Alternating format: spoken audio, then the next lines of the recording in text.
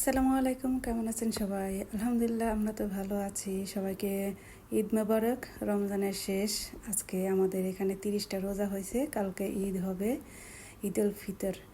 আর বাংলাদেশেও 29টা রোজা হয়েছে, কালকে হচ্ছে ঈদ হবে। যারা বাংলাদেশ থেকে দেখতেছেন তাদের সবাইকে শুভেচ্ছা, ঈদের শুভেচ্ছা।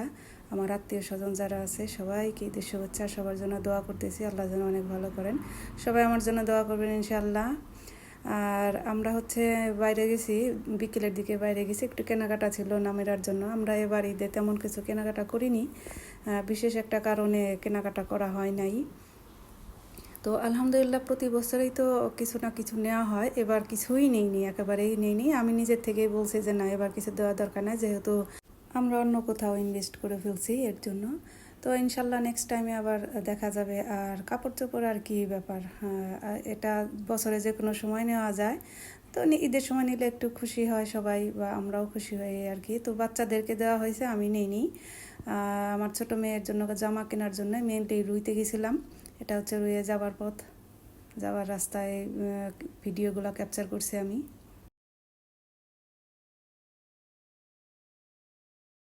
পিছনে দেখেন পাহাড়। রুইতে যাওয়ার সময় অনেক পাহাড় দেখা যায়।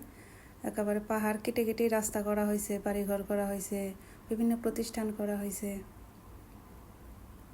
ওমানে পাহাড়, সাগর অনেক আছে, পাহাড়টাই বেশি। এই যে দেখেন একেবারে রাস্তার মাঝখানে এই পাহাড়টা,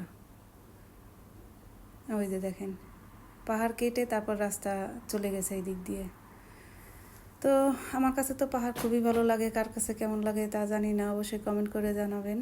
পাহাড়ে যদিও কোনো গাছপালা নাই, তারপরেও ভালো লাগে। আমরা সারা জীবন তো বাংলাদেশে থেকে আসছি, এরকম পাহাড় পর্বত তো খুব একটা দেখা হয় নাই, এর জন্য হয়তো বা ভালো লাগে। এটা হচ্ছে খোলা হাসপাতালের সামনে দিয়ে যাচ্ছি আমরা। এখানে সুন্দর একটা মসজিদ আছে, নীল মিনার।